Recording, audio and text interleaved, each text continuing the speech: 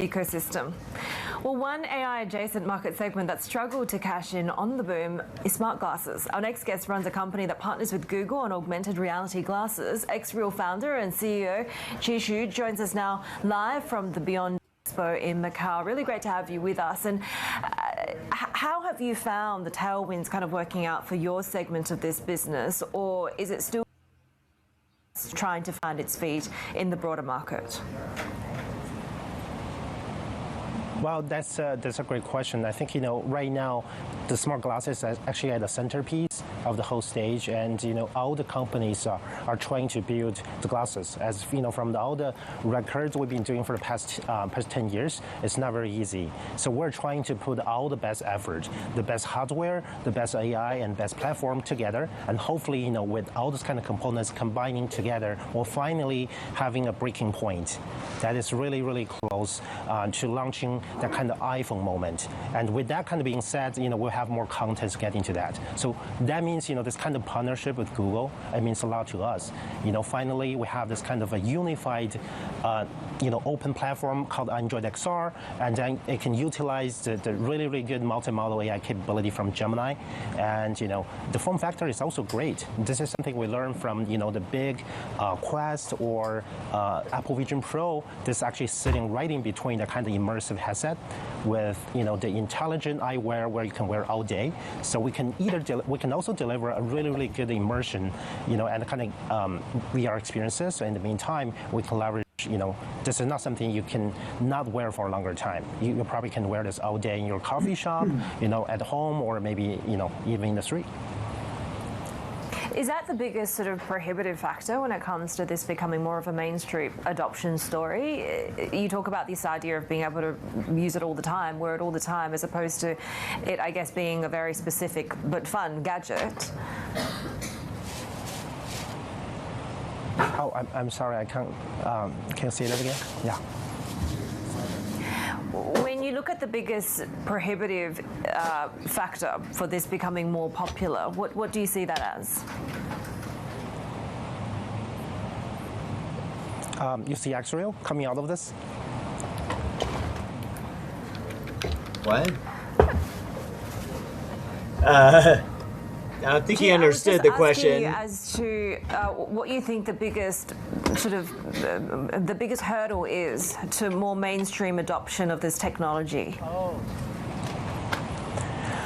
Wow, this is so hard. First of all, this is something you are wearing in front of your face, right? So people like the design, people care about the design, and also, people care about the thermal, the power consumption, all that kind of stuff. And this is not something people are used to all the time. Also, educating this market, it takes immense amount of power. For example, partnering with maybe some of the giant companies, let's educate this market together, because my belief is eventually this is going to be something replacing the cell phone. But if you look at the cell phone for the past 20 years, it's probably one of the biggest success in the consumer electronics, which means, replacing that is also very, very important. And, what you're seeing right now is people actually like this idea for being, glasses being the centerpiece, especially, power bundled with AI in the near future. But in the meantime, that means we saw a lot of fragmentation right now. It kind of reminds me of what the smart glasses looks like 20 years ago, before iPhone actually came in. Back then we have different form factors, different way of connecting to the Wi-Fi, different interaction, and then until at some point, Apple and Google comes in and just, unify the whole user interface. The multi-touch was kind of like a magic. And we're thinking, what is actually that magic for smart glasses? We've been actually looking for the past 10 years, and right now we finally have the answer. We think this is the multimodal AI. Put that in short, I think AI is the best interface for AR glasses. In the meantime, glasses is actually the best platform for AI when we're talking about, your ambient intelligent wearable devices. Blah, blah, blah, blah, blah. Anyway,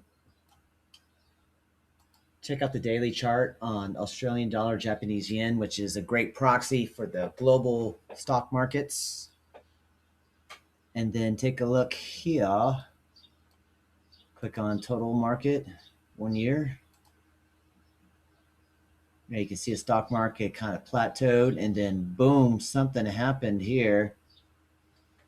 Maybe it was the 9 trillion of money repatriating back into the United States from all the deals Trump made. You know, or maybe the trillions of dollars of fraud that we don't have to pay for anymore. Or could it be the 300 something million barrels of oil we got from Valenzuela?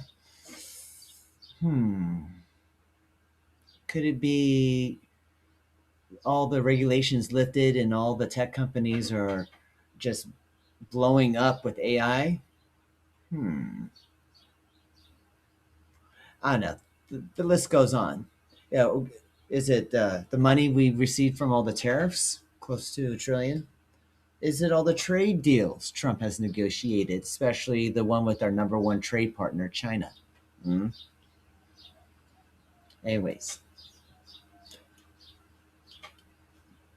point here is that things are looking great. You know, just like Frosted Flakes, they are looking great. Let's go. So yeah. Anyhow, let's get the critical intel from Bloomberg Intelligence. See how things are looking in the Asian session here.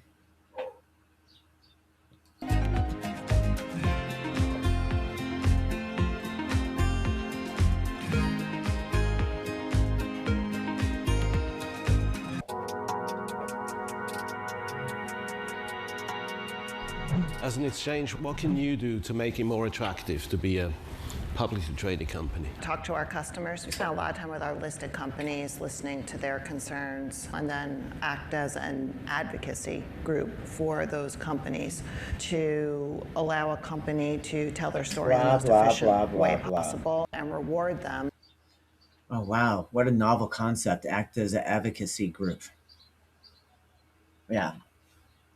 Anyway, back to real financial news. So, Australian dollar, Japanese yen, see here, AUD divided by USD JPY. So, you know, the Japanese yen has been strengthening as their economy finally has gotten out of a 30-year parabola. They had deflation. The national debt is just crazy. JGBs are just, but Japan has been the carry trade, as they call it. They use the Japanese yen to finance other trades. So if I go long Australian dollar, Japanese yen, I'm actually shorting the yen because it's in the denominator. If I'm long the overall trade, the pair. And so the yen is shorted when things are doing well because when you short, you essentially borrow. And so you're borrowing from the yen to buy the Australian dollar, basically, here. And so you actually can get interest from the net difference in credits, as they call it on Forex. Anyways, I see in the background here, getting back. All right, see what we go on Temu. What's up with Temu? Says the results show a meaningful shortfall relative to consensus expectations. The disappointing results were partly caused by fierce domestic competition and weak consumer sentiment in China. Chinese memory chip maker CXMT has submitted its IPO for registration after approval. That means more deals by the on Shanghai Temu. Stock Exchange. The offering is set to raise at least $4.3 billion, rising to more than $5 billion if over-allotment options are exercised. That would make it the biggest debut in mainland China since CNOOC in 2022. Bloomberg has learned that TSMC's chief executive told staff they can expect profit-sharing payouts to rise this year by more than 30%. A source says C.C. Wei made the announcement during a town hall meeting. TSMC, Taiwan Semiconductor over Company. TSMC's incentive plans. The chip maker is They among make the most of the prime chips. That's why we beneficiaries back of the up AI Taiwan. boom, facing increasing pressure to share the wealth. Taiwan is booming, and it makes sense Taiwan is booming. I like this guy. 4 years ago, 5 years ago, Hey, NVIDIA where's was his spending about 10 signature $15 billion motorcycle a year jacket. in Taiwan. I like that. Now we're spending 100 going to $150 billion in Taiwan each year. $150 billion Damn, mosquitoes. from one company alone is going to fuel an incredible ecosystem here. He sounds pretty excited about that. And Heidi, business has been good But he's for usually TSMC, upbeat right? in his, I mean, they brought in $18.2 billion demeanors. just in the March quarter. That's more than double what they brought in just 2 years ago. So you can see the gains there, reshaping the whole Taiwanese economy. We're talking about the stock market, for example, just surpassing that of India to become the 5th largest in the world. UBS, in fact, saying that by 2028, Taiwan will see the biggest increase in millionaires globally.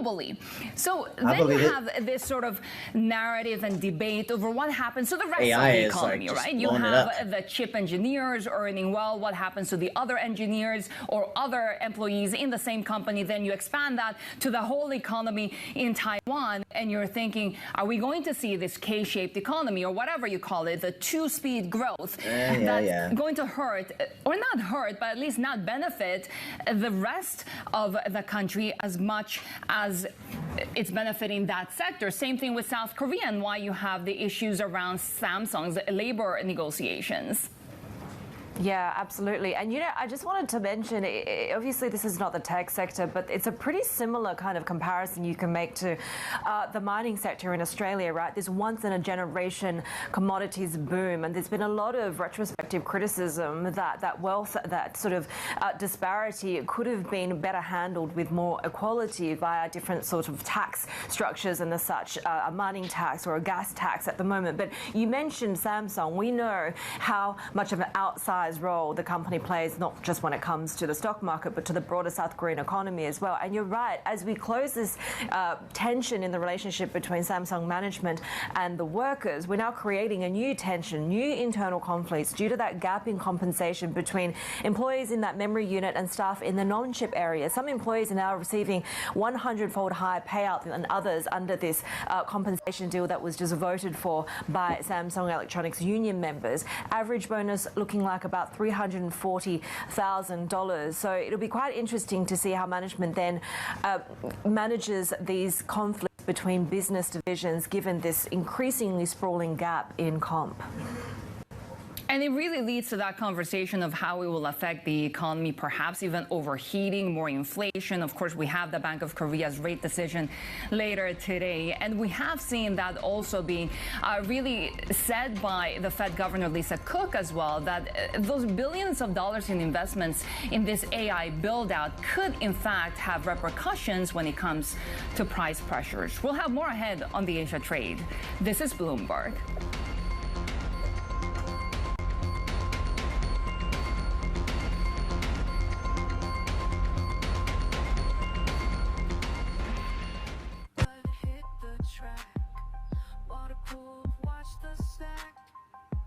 Structures high and lack. Still the pipe drainage flow. Even if water needs to go, can Mother Nature strike back? Nature strikes, nature is back. Oh baby, it'll grow. It'll grow. It'll grow. It'll grow.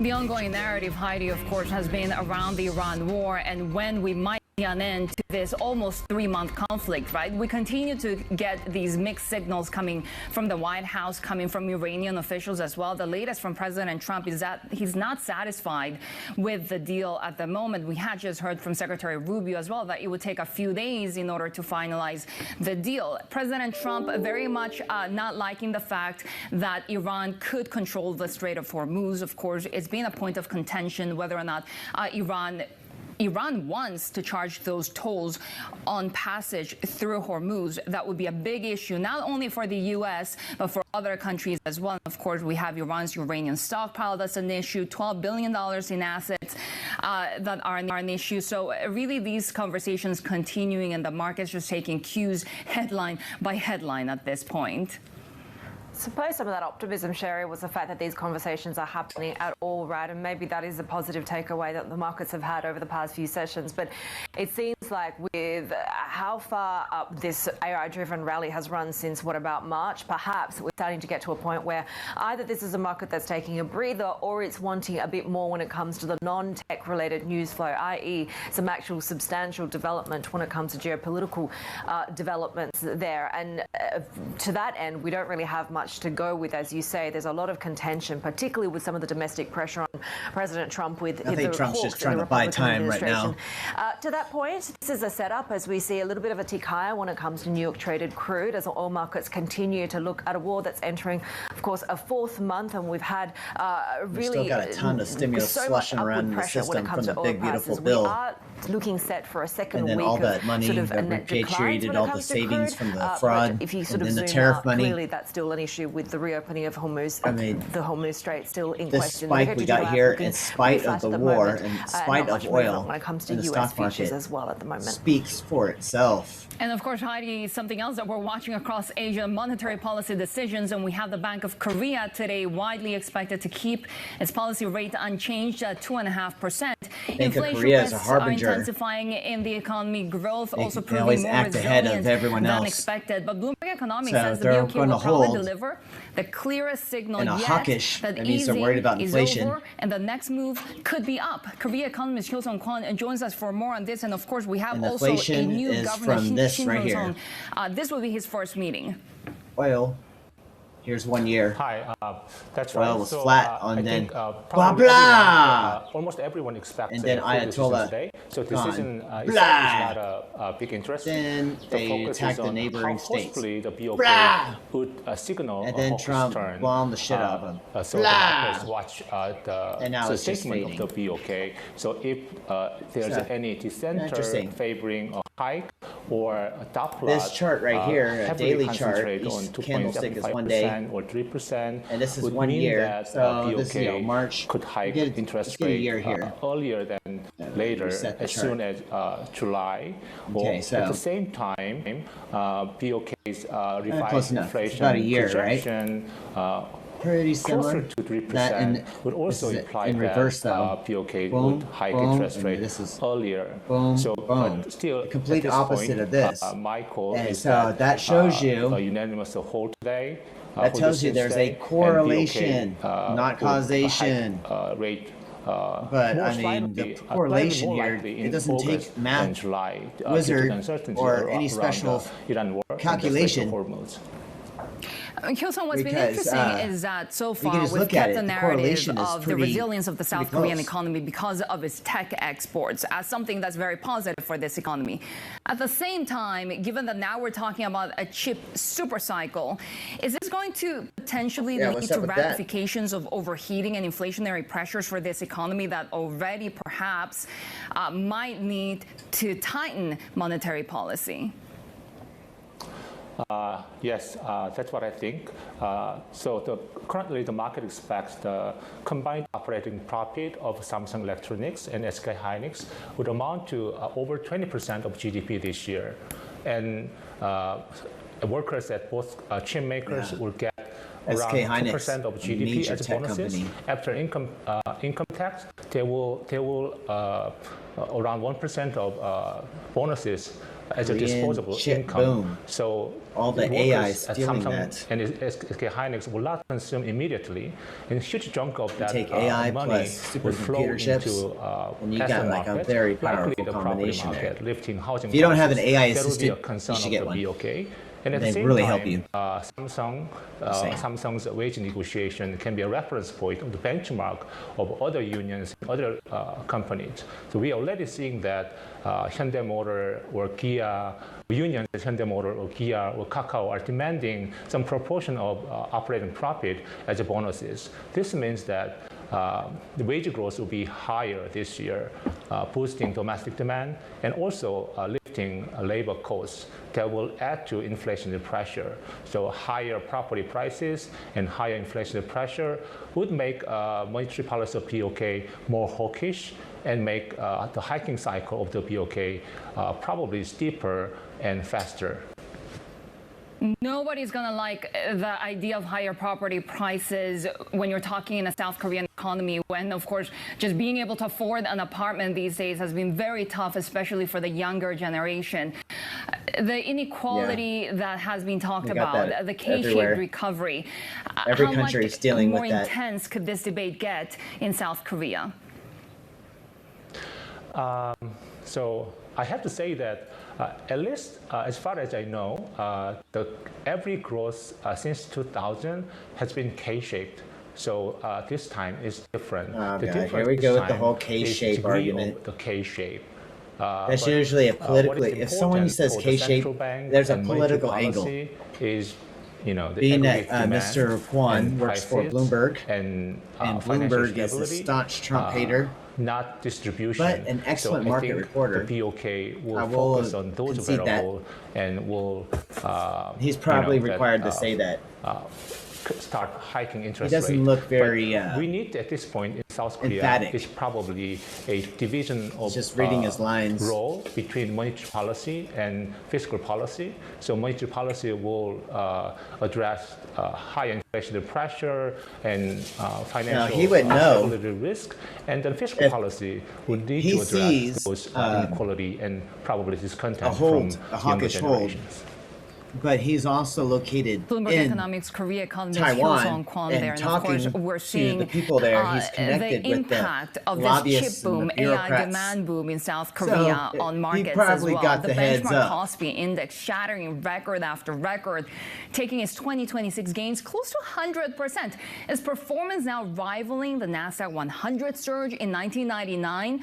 Right before the dot-com bubble burst. Let's bring in Asia Equities reporter Winnie Su for more. And Winnie, really, that juxtaposition does not make it less scary for the South Korea market. What are the implications right now? Yeah, so it has been such a big run-up, right? But yes, today we might see a bit of a pullback just given these uncertainty when it comes to the macro environment, slightly higher oil prices, and that pullback from the AI trade overnight from the U.S. a little bit weighing on overall sentiment. But near term, despite that big surge, things are still looking quite positive, especially when you look at the fundamentals. We have still quite strong earnings, strong pricing power, and supply demand remains very imbalanced. Based on technicals and not fundamentals is the implication, We're but the fundamentals are there. So I disagree with the structural earnings versus Nasdaq, categorization. Right? That is over 20 times or so. So these keep the market very attractive. Watchers see long-term chip bubble. And yet there are risks. That's what I just got done saying. Talked about valuations, but we're talking about Samsung, SK Hynix, actually two South Korean companies now double talk in New York? They call that double talk. Exclusive club. What are some of the challenges that investors are watching out for right now? Has got a great smile. Obviously there are these potential macro headwinds. If we're married, her name would be Winnie Whitney. To South Korea and the reliance on these two big companies, that is actually the key risk. Because similar to what happened to TSMC, investors who now have that 10% cap on one individual stock are forced to sell a lot of their shares in Samsung and SK Hynix. And that's what we've been hearing, especially for investors, for example, from Jupiter Asset Management telling me just a couple of days back that they have to sell Samsung shares, but they are rotating into, for example, Hana Financial, saying that this tech trade can actually potentially benefit the overall economy. AI so has they a mind are of its own positioning now. themselves to benefit from these other trades that are relevant. And for example, GAM also telling me that they have to sell some of the Samsung shares, but buy instead Samsung Life, which actually has stakes in Samsung. So you're seeing a bit of a rotation in how investors have to kind of just like you would anyone, be respectful and facing right now. To your point, the next trade early session right now, we're seeing that pullback when it comes to SK Hynix, Samsung as well. But kind of like Spock, you know, like there's on a reason that these stocks have been up, right? The fact that there's a global shortage of memory, the fact that there's this huge AI build out. How much of that is priced in? So far, a lot really has already been priced This in is when Sherry you look at on. how much the prices, She's the stock been prices with Bloomberg have for surged. as long as I can remember. What we're hearing a very right long now time, is that it's likely which I've going been to watching for drag like 20 for years. longer than expected. Yes, so far many And analysts are expecting most this advisors to go beyond with my 2027. experience But level for have example, retired. we're hearing from Pepperstone saying that this can And if they drag to haven't, as they far have a as full set of gray 2030, hair. for example. I just started And right out from of an earnings college. perspective, when we look at That was the when latest earnings, a profession started summary, really we're looking becoming, at the highest number of mentions viable. of memory Before you had to crunch compared be to a any banker other with years a that huge we're looking portfolio, at. you had to know And people. adding to that, recently we have After these 2008, expected U.S. things big changed with IPOs the to crash, come. and they now SpaceX, for implemented example, the or fiduciary OpenAI. rule. So far, Leveled what the we're playing hearing field is and that made it these money appropriate. likely going to be Does that translated conflict into of interest more with commission sales. AI CAPEX, So fee-based and that advisors, can further as independent, translate removes those into conflicts of potentially interest. benefiting the AI supply chain in Asia, but also leading to a bigger crunch when it comes to the memory chip. When you see our Asia equities reporter here with the latest on the South Korea market and, of course, all of the AI trade, we are going to bring you live that BOK. I love Sherry as well on. in the She next keeps it hour. real. That girl. This is Bloomberg. She says it how it is. And I can tell that she's getting pressure from her producer. And they're trying to get her to say things or frame them a certain way. And she's like, no. She just says it. And so she's gained a lot of respect that way. From, viewers like myself who are in the know. So she's a good source. Bloomberg is probably the premier financial media resource out there, other than Wall Street Journal. It does their reach and capabilities. Their Bloomberg intelligence is just second to none. All right, we got 15 minutes left on the program. Everything is looking positive in the futures market here. So this is a one-day chart.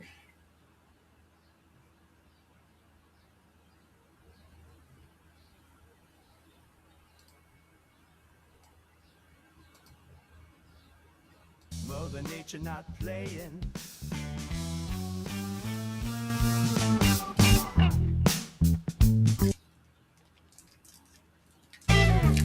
Mother Nature was not playing, son. Flash flood, destruction, trauma done. Megalithic structures, ruins built by light. Heavy stone crumbling in the night. Being hit with such viciousness. Ruined border, lost my fortress. Mother Nature was not playing, son. Nature playing, rain remains. Mother Nature not playing, son. Oh, we're back. Oh, Garfield. Yeah. Garfield's my boy. This is really just down to US-Japan differentials and the fundamentals there. A lot of it is down to the rate differentials. I think it's interesting that, in fact, the dollar in general has been quite strong this week, and in particular against the yen, despite the decline in crude oil futures. So that's signaling that there's a bit more going on here with the yen than just the oil situation. So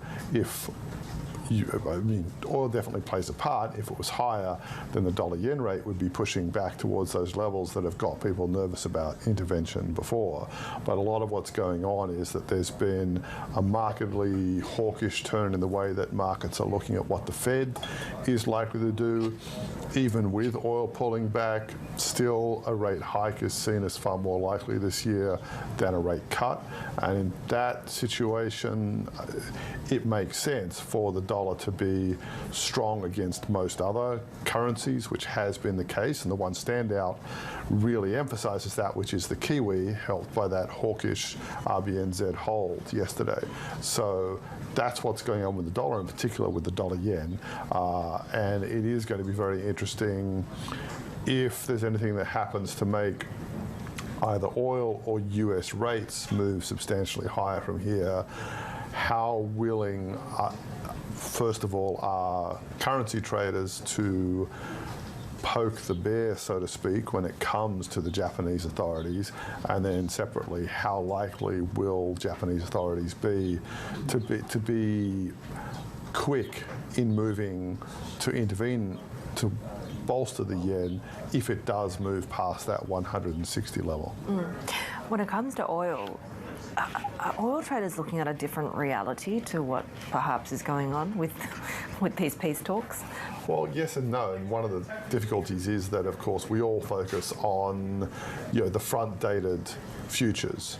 So you could argue that the outlook for, if you want to look at, it's probably better to look at the following month for Brent rather than the current front-dated one, which actually expires basically on Friday, tomorrow.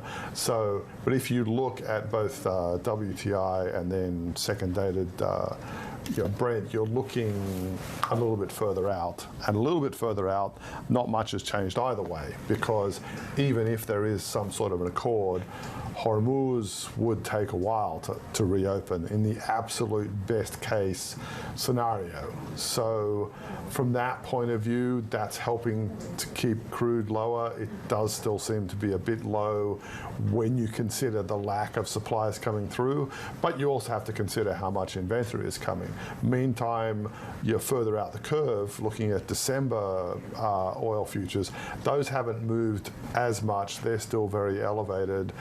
And that makes a fair bit of sense. The main thing that would disturb that would be if you got serious fighting. And at the moment, you've almost got a slightly counterintuitive situation where reports such as the ones just in about how the US has carried out some strikes on the Iranian coast.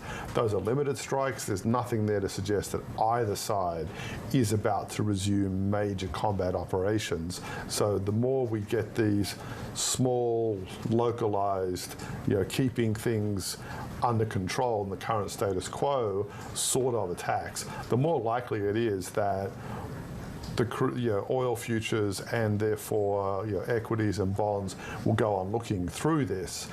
There's a severe risk building. The tail risk is those inventories which are being drawn down at a rapid pace are going to run out at some stage. You need, in many ways, it's very difficult to model, but the IEA and some analysts, Goldman Sachs, also on the broader side, and then places like Kepler and Rystad have put out various commentaries on the potential that we're already getting very, very close to the time when but Trump already solved that with the trade deal with China in order to avoid severe shortfalls for crude, for product, for LNG, hitting us by the end of the year. But we're stuck in this limbo, and until there's a clear sign that we know what's going to happen, the market is willing to put that on the back burner. Garfield Reynolds, who leads our Markets Live Asia coverage, and as he mentioned, as we are stuck in this sort of limbo, especially with oil prices, emerging markets assets have also swung between gains and losses. In fact, in the previous session, EMFX firming as oil tumbled and trimming those gains after the U.S. denied a report that there was a draft deal with Iran. Still, when it comes to emerging market stocks, we're still at fresh record highs. Asian chip makers dominating the rally. Remember SK Hynix. We have Samsung in the $1 trillion club. Micron also higher. We do have a few markets closed today, so do watch out for that. India, Indonesia, Pakistan. But one story that we're watching very closely in emerging markets is happening in the Philippines. Senators now seeking to lock impeached Vice President Sara Duterte out of politics for good could be facing an uphill battle. That's with one of her staunchest supporters describing the movement against the Duterte family as, quote, wicked. Senator Amy Marcos is the older sister President Ferdinand Marcos Jr. Oh, whatever. I think it's a tragedy that my family's been given a second chance, and instead of grabbing it and leveraging it into great development and prosperity for the Filipino people, we've just wasted it. All kinds of political capital that resulted in the biggest electoral win for the president in the history of the Philippines, and it's been wasted on this insane and wicked campaign against the Dutertes. Dang. Bloomberg's Hacienda Amin spoke with President Marcos in March and asked him about the political conflict between the Marcos and Duterte families. Oh, wow. I don't see it as a war. I'm not conducting any political war against anyone. It's not a war. I'm just trying to do my job. It is par for the course. It's not a war. That you will be criticized. All I worry about is work. All I worry about is national development. Around, you find out. About sustainability. I worry about jobs. We got our friends. Economy. I worry about the Democrats. They help us. Safety, etc. Yeah, no, too. Everyone Break the vote. There's elections in a couple of years. We use Dominion voting system. But I think it is not entirely accurate to describe that there's a war between, there are warring families. The response is really to leave politics aside, because the work of national development is a million times more important. Yeah, because you probably got in illegitimately. Philippine President Ferdinand Marcos Jr. there. And you can watch the full conversation on the new episode of Latitude with Hacienda Amin. Did not earn it. Premiering in Asia at 8 p.m. Thursday in Hong Kong and worldwide on Friday at 8 p.m. Eastern Time. We have more ahead. This is Bloomberg. Okay, I can't say that for a fact because I don't know if it is true or not. Okay, but honestly, the Democrats have, from what I've seen, have become so corrupted, and this is a global problem. I bet you that Duterte probably won the vote. They probably rigged the election like they tried to do with Trump, and like they've done in Valenzuela and all these other countries. And that's why there's a huge fight, because I know people from the Philippines. I have a very close friend that's her first language. And she tells me that everyone is for Duterte and that he helped the people a lot, and that this other guy, I'm just saying, anyways, I don't want to get it. This is not a political show. This is a financial show. This is Whitney Financial. I'm Christopher Whitney. Probably see me on my KW podcast, where I talk about all kinds of various stuff, observations in nature, technology, DIY projects, home improvements. But my first line of work, my area of competence is in financial advising. I'm a financial advisor. And I'm also a trader. I'm also an insurance broker. And so I've been doing this for 20 years. I'm board certified. I have my own firm. I'm the principal, so I'm not under someone else's firm. There's no conflict of interest. And so I'm fee-based. I'm not commission-based, the whole 9 yards. Anyways, let's get back to the program. I've been doing this for a while. I know what I'm talking about. And I went to college for it, too. For all politicians, all politics is local, and so that election coming up in November this year is going to be a key feature behind the arithmetic that the finance minister and the Luxon government are bringing to the budget. But that arithmetic hasn't been friendly to not just their government, but quite a few New Zealand governments over recent years. The last update in December had the surplus pushed back, or the return to a budget surplus pushed back to 2030. Since then, we've had this crisis, this big shock to global energy markets, global economy. That's driven dramatic uptick in uncertainty all around the world, and in New Zealand we've got consumer confidence at a 3-year low. It was already... We got 3 minutes left. Or, well, it just turned off. Okay, well, ain't nothing gonna happen in the last 3 minutes here. So, anyways, this is the KW podcast. This is KRISTOPHER. It's Christopher Whitney speaking. Be sure to hit the like button and subscribe, and I'll see you on the next video.